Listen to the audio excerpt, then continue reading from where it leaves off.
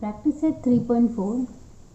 तो देखो इसमें बहुत सारे थ्योरम और कुछ प्रॉपर्टी है जिसके बिना हम ये एक्सरसाइज कर नहीं पाएंगे। तो मैं पहले आप लोगों को वो समझा देती हूँ। पेज नंबर 64 पे इंस्क्राइब्ड एंगल बताया गया है। क्या होता है इंस्क्राइब्ड एंगल? देखो, अगर कोई जो एंगल है वो सर्कल पे टच है, देखो क्या लिखा हुआ है, C is the center of a circle, okay, C is the center of the circle, the vertex D of a angle P D Q lies on the circle. तो सर्कल जो angle का vertex है D, वो कहाँ पे आता है? Circle के ऊपर आ रहा है, right. Arm of the P D Q intersect the circle at A and B. तो उसके जो आर्म्स है वो कहाँ पे टच हो रहे हैं? ए और बी पे टच हो रहे हैं। Such an angle is called as a inscribed angle. तो इंस्क्राइब्ड एंगल में क्या होना चाहिए? उसके जो तीनों पॉइंट्स है वो सर्कल के ऊपर ही लाई होने चाहिए। फिर आता है इंटरसेप्टेड आर्क। इंटरसेप्टेड आर्क क्या होता है? अभी देखो एंगल ए बी सी हमें पता है इंस्क्राइब्ड एंगल है, राइट। और वो किस आर्क को कवर कर रहा है? ए सी को कवर कर रहा है, ठीक है। तो इंटरसेप्टेड आर्क उसी को बोलते हैं जो एंगल के माउथ के अंदर आ जाए। तो देखो ए सी, यहाँ पे कौन आ रहा है? आपको पता चल गया होगा कि जो ए बी सी है वो इंस्क्राइब्ड एंगल नहीं है, क्योंकि इसका एंगल का एक पॉइंट बाहर जा रहा है, ठीक है। लेकिन यहाँ पे इंटरसेप्टेड आर्क है, कौन सा? बी और सी इज ए इंटरसेप्टेड आर्क। यहाँ पे इंटरसेप्टेड आर्क क्या होगा? ए सी होगा, यहाँ पे ए सी और यहाँ पे भी ए सी, ठीक है। यहाँ पे क्या है? Intercepted arc A C, right. तो आपको फिगर देख के समझ में आ गया होगा कि इंटरसेप्टेड आर्क किसे कहते हैं। देखो अगला क्या है? Inscribed angle theorem. ये क्या बोलता है? The measure of an inscribed angle, मतलब ए बी ए सी का जो मेजरमेंट होगा that will be half of the measure of the arc intercepted by it. तो जो आर्क को वो इंटरसेप्ट करता है उसका हाफ होगा, ठीक है। तो देखो यहाँ पे दिया हुआ है angle B A C, angle B A C is half of the B D C, half of the B D C, ठीक है। मैं इसको ड्रॉ करके आपको समझा देती हूँ। देखो मैंने ड्रॉ कर लिया है। ये अगर एंगल हमें ए बी सी का मेजरमेंट निकालना है तो वो कितना आएगा? Half of the A C. Suppose A C का आर्क, ए सी का वैल्यू है 80, तो measure of angle A B C कितना होगा? 40 होगा, ठीक है। तो जितना भी ए सी होगा, जितना भी उसका इंटरसेप्टेड आर्क होगा उसका वो हाफ होगा। वो एंगल, पर्टिकुलर एंगल क्या होगा? इंस्क्राइब्ड एंगल उसका हाफ होगा। अगर ये 100 होता तो ये 50 होता। Next is corollaries of inscribed angle theorem. ये क्या बोलता है? Angle inscribed in the same arc are congruent. देखो अभी ये जो सेम आर्क मतलब पी आर, अगर हम आर्क की बात करें पी आर, देखो मैं थोड़ा सा अंडरलाइन इसको मार्क करके दिखा रही हूँ। पी आर से ही एंगल पी क्यू आर निकला हुआ है और पी आर से ही एंगल पी एस आर निकला हुआ है। तो ये दोनों एंगल क्या होंगे? इक्वल हो जाएंगे, ठीक है। नेक्स्ट है साइक्लिक क्वाड्रिलेटरल। ये क्या होता है? All the vertices of the quadrilateral lie on the same circle, then it is called as a cyclic quadrilateral. देखो ये जो क्वाड्रिलेटरल है इसके जो सारे वर्टाइसेस है ये एक ही सर्कल पे है, राइट। तो हम इसको क्या बोलेंगे? साइक्लिक क्वाड्रिलेटरल, साइक्लिक क्वाड्रिलेटरल, ठीक है। इसका थ्योरम क्या है? Opposite angle of a cyclic quadrilateral are supplementary. मतलब उसके जो अपोजिट एंगल होंगे वो क्या होगा? सप्लीमेंट्री, मतलब 180 होगा। मतलब मैं आपको समझाती हूँ। Angle B plus angle B plus angle D equal to 180 होगा। Angle B plus angle D will be 180। Supplementary का मतलब 180 होता है, राइट। वैसे ही ये angle A plus angle C भी क्या होगा? 180 होगा। Angle A plus angle C will be 180। एक इसके लिए ट्रू है, this is true for cyclic quadrilateral. Cyclic quadrilateral मैंने आपको बता दिया, जिसके सारे वर्टाइसेस सेम सर्कल पर लाई करते हैं उसे हम बोलते हैं साइक्लिक क्वाड्रिलेटरल। फिर आता है corollary of cyclic quadrilateral theorem. N exterior angle of a cyclic quadrilateral is congruent to the angle opposite to its adjacent interior angle। तो देखो पहले मैं आपको एक साइक्लिक क्वाड्रिलेटरल दिखाती हूँ। आपको पता है साइक्लिक क्वाड्रिलेटरल क्या होगा? ये रहा आपका सर्कल, और यहाँ पे जो अंदर की तरफ सारे वर्टेक्स, हमें पता है सारे वर्टेक्स जो है वो सर्कल पे आने चाहिए, उसका कोई एक्सटीरियर एंगल है। ठीक है, क्या बोलता है, an exterior angle of a cyclic quadrilateral ये is congruent to the angle opposite to adjacent interior angle. अब देखो इसका जो एडजेसेंट इंटीरियर एंगल क्या होगा, सपोज ये एक्स है, जो उससे जुड़ा होगा वही उसका इंटीरियर एंगल होगा। इसका जो अपोजिट है, अपोजिट समझ लेते हैं हम लोग y है, तो इसका वैल्यू क्या होगा, y होगा। ठीक है, वापस में पढ़ती हूँ, an exterior angle of a cyclic quadrilateral is congruent to the angle opposite to the adjacent interior angle. Adjacent interior angle इसका x है और x का अपोजिट क्या है, y है, तो इसका वैल्यू और इसका वैल्यू भी सेम होगा दोनों का। अगर ये 70 है तो एक्सटीरियर एंगल भी 70 होगा, ये 80 है तो एक्सटीरियर एंगल भी 80 होगा। फिर आता है converse of cyclic quadrilateral theorem. If a pair of opposite angle of a quadrilateral is supplementary the quadrilateral is cyclic. तो कोई भी अगर बात करें कोई भी एक क्वाड्रिलेटरल की, अगर अपोजिट एंगल दोनों के 180 हो रहे हैं, सप्लीमेंट्री बोला है ना इसने, तो हम उसको क्या बोल सकते हैं कि भाई ये क्या है, this is a cyclic quadrilateral. तो नेक्स्ट थ्योरम क्या है, if two points on a given line subtend equal angle at two distinct point which lie on the same side of the line then the 4 points are concyclic. मतलब क्या, देखो A D की अगर हम लोग बात करें तो ए डी के थ्रू ही ये जो एंगल ए बी डी बना है, और वैसे ही ए डी के थ्रू ही एंगल ए सी डी बना है, और ये दोनों एंगल इक्वल हैं। ठीक है, तो ये जो पॉइंट्स हैं, फॉर एग्जांपल अगर ये 50 है तो ये भी 50 है, यहाँ पे दिया हुआ है एक्स एंड एक्स दिया हुआ है, मतलब angle A B D equal to angle A C D दिया हुआ, राइट। तो ये जो पॉइंट्स है सारे, मतलब ए बी सी डी, ये सारे पॉइंट क्या होंगे, कॉन्साइक्लिक हो गए। अब हम करते हैं practice at 3.4। In figure 3.56 in a circle with the centre O, तो ये सर्कल क्या है जिसका सेंटर ओ है, length of the chord A B is equal to the radius of the circle. तो देखो इसका जो लेंथ है वो किसके बराबर है, रेडियस के बराबर है। Find the measure of each of the following, तो हमें ये सारे के वैल्यूज निकालने हैं। पहला क्या है, A O B, A O B, A O B angle का हमें, ए ओ बी का एंगल का हमें क्या निकालना है, वैल्यू निकालना है। तो देखो अगर हम ट्राइंगल ए ओ बी की बात करें तो ये साइड के इक्वल होगा, मतलब A O equal to O B. क्यों, क्योंकि रेडियस ऑफ द सर्कल है ना, रेडियस तो सबका सेम ही होता है, तो A O equal to O B. और ए बी जो है उन्होंने पहले ही बोलता है A B is equal to the radius of the circle. तो इससे हमें क्या समझ में आया कि ये जो ट्राइंगल है उसमें तीनों साइड इक्वल है, और अगर तीनों साइड इक्वल होगा तो किस टाइप का ट्राइंगल हुआ, वो equilateral triangle, equilateral triangle, right. तो इक्विलैटरल ट्राइंगल के तीनों एंगल क्या होते हैं, 60 होते हैं। तो therefore A O B will be 60। ठीक है, मैं इसको करके दिखाती हूँ। हम लिखेंगे in triangle A O B, A O equal to O B, reason क्या है, रेडियस ऑफ सेम सर्कल।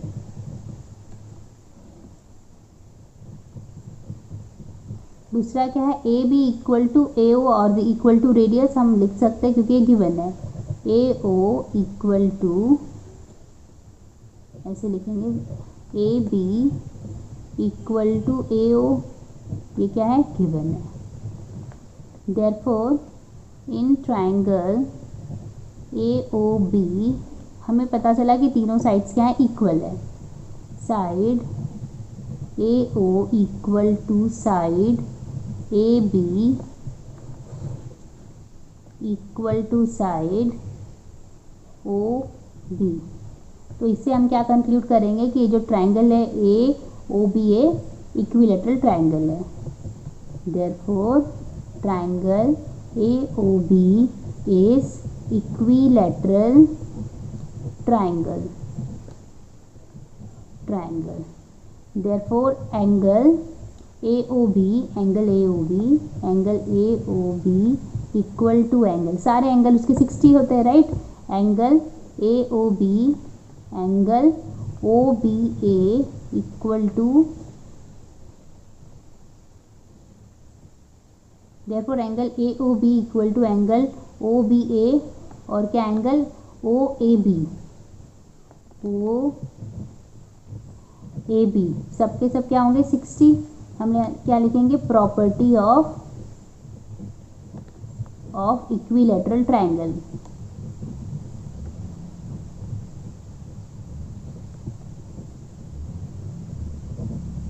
फिर हम डायरेक्टली लिख देंगे therefore angle A O B equal to 60,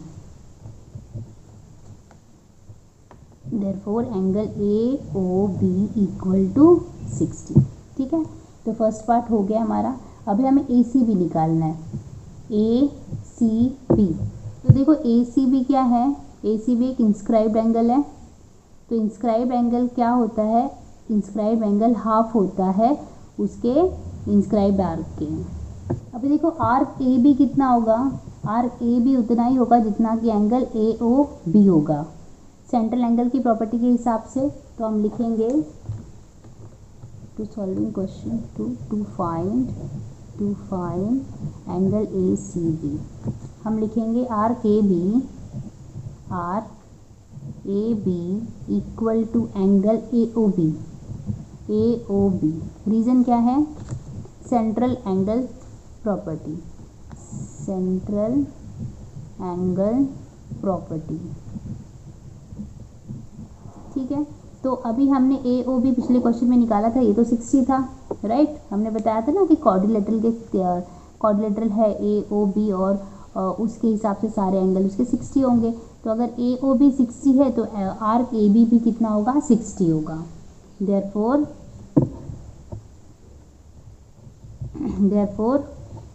arc A B equal to 60, A C B कितना होगा, half of the A B. कौन सी प्रॉपर्टी है, हमें पता है कि measure of a inscribed angle is half of the measure of the arc intercepted by it. तो ए बी का हाफ होगा ये ए सी बी, तो 60 का हाफ मतलब 30 होगा। तो हम डायरेक्ट लिखेंगे एंगल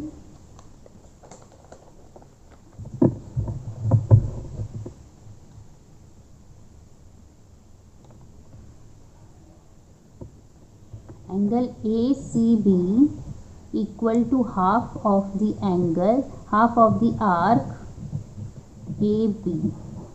तो हाफ इंटू 60 मतलब क्या आ जाएगा 30। तो हम लिखेंगे therefore angle A C B equal to 30। तो हमारा सेकेंड पार्ट भी हो गया। Third part, arc A B निकालना है हमको, आर्क ए बी निकालना है। तो ये काम तो हमने पहले ही कर दिया था पिछले क्वेश्चन में, फिर भी हम क्योंकि ये क्वेश्चन नंबर 3 दिया हुआ है तो हमें वैसे ही सॉल्व करके दिखाना पड़ेगा। हम लिखेंगे to find arc A B. तो कैसे होगा, arc A B equal to A O B, central angle theorem. Arc A B equal to angle A O B. A O B reason क्या है, सेंट्रल एंगल थ्योरम।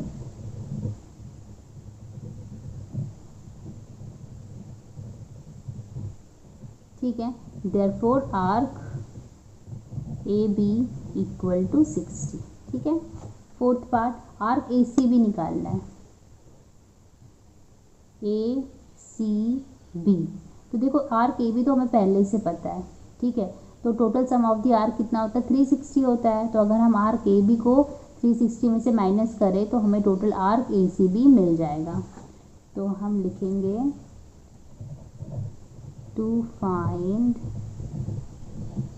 आर्क, क्या नाम है, ए C B, A C B. ठीक है, arc A C B, arc A C B plus arc A B plus arc A B कितना होगा 360 हो जाएगा। ठीक है, ए सी बी तो नहीं पता, आर्क ए सी बी ऐसे ही लिखते हैं, प्लस आर्क ए बी तो पता है 60 है। ठीक है, तो arc A C B equal to 360 minus 60 मतलब 300।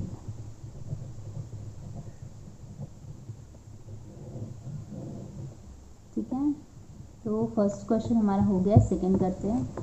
Question number 2, in figure 3.57 quadrilateral P Q R is the cyclic. तो ये जो क्वाड्रिलेटरल दिया हुआ है ये एक साइक्लिक है।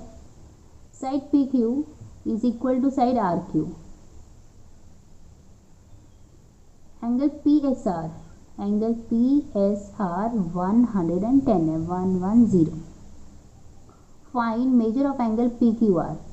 तो हमें फाइंड करना है पी क्यू आर कितना है, यहाँ पे क्वेश्चन मार्क डाल देते हैं। ठीक है, तो एक एक सॉल्व करेंगे। Measure of angle P Q are हमें निकालना है।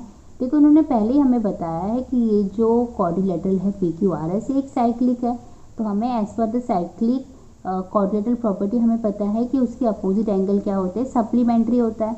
तो इसका मतलब angle S plus angle Q will be equal to 180। तो हमें यहाँ से ये मिल जाएगा। To find measure of angle P Q R, हम लिखेंगे angle P S R plus angle P Q R कितना होगा 180। यहाँ पे रीजन क्या है, प्रॉपर्टी ऑफ साइक्लिक क्वाड्रिलेटरल। ठीक है, अभी पी एस आर तो पता है, पी एस आर 110 है, तो लिख देते हैं 110 plus angle P Q R equal to 180। तो एंगल पी क्यू आर क्या होगा 180 माइनस 110 मतलब 70। Angle P Q R is equal to 70। ठीक है, second question, measure of arc P Q R. P Q R का हमें, ये आर का हमें वैल्यू निकालना है। ठीक है, तो देखो हमने प्रॉपर्टी सीखी थी कि जो इंस्क्राइब एंगल होता है, इंस्क्राइब एंगल आर्क का हाफ होता है। ठीक है, angle P S R is equal to half of the arc P Q R. तो हम वही लिखेंगे, वही प्रॉपर्टी से काम हो जाएगा हमारा। हम लिखेंगे to find measure of arc P Q R. ठीक है, तो हम लिखेंगे angle P S R equal to half of the measure of R P Q R. P Q R ये क्या है, inscribed angle property. Inscribed angle property. ठीक है, देयरफॉर यहाँ से हमें पता चलेगा, therefore measure of arc P Q R, therefore measure of arc P Q R, देखो हाफ उधर जाएगा तो 2 बन जाएगा, 2 times of the measure of angle P S are, और एंगल पी एस आर 110 है, तो मैं 2 इंटू 110 लिखूंगी, तो ये आ जाएगा 220। तो measure of arc P Q R आ गया 220। क्वेश्चन नंबर 3 करेंगे, measure of arc Q R निकालेंगे। तो देखो यहाँ पे जो R Q equal to P Q हमें पहले ही दिया हुआ है, R Q equal to P Q, और आर क्यू और पी क्यू क्या है, कॉर्ड है। तो कॉर्ड और आर्क के थ्योरम के हिसाब से हमें पता है कि P arc P Q equal to arc Q R, right. और हमें टोटल पी क्यू आर पता है, अभी अभी हमने निकालना है, टोटल पी क्यू आर हमें ऑलरेडी पता है। तो उससे हमें आराम से आर क्यू मिल जाएगा। Third one, to find measure of R Q R, measure of R Q R. तो देखो P Q equal to R Q, P Q equal to R Q, ये क्या है, गिवन है।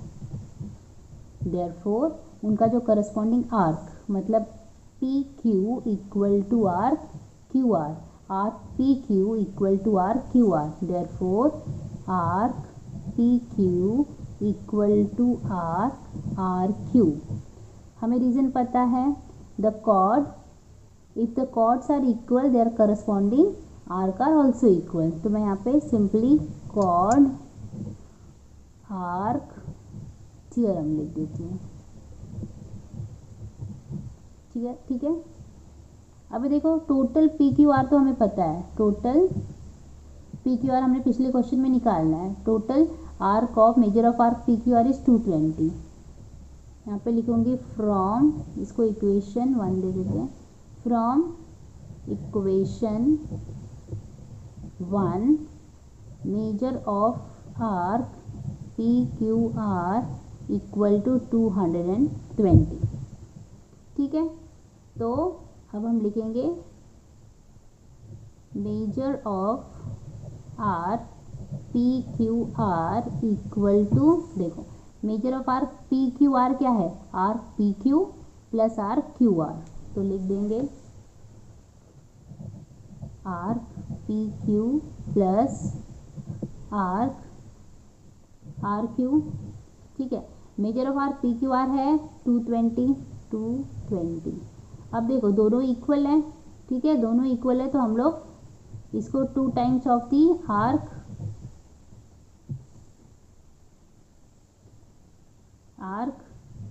आर क्यू लिख सकते हैं। क्यों? क्योंकि ये दोनों इक्वल हैं, इसलिए हम लोग ने 2 times of the R Q लिखा। आर क्यू इसलिए लिखा क्योंकि हमें आर क्यू ही फाइंड करना है, या फिर हम इसे क्यू आर भी लिख सकते हैं। सो मैं इसको क्यू आर कर देती हूँ। ठीक है, एक ही बात है। Therefore arc Q R equal to 220/2, तो ये आ जाएगा 110।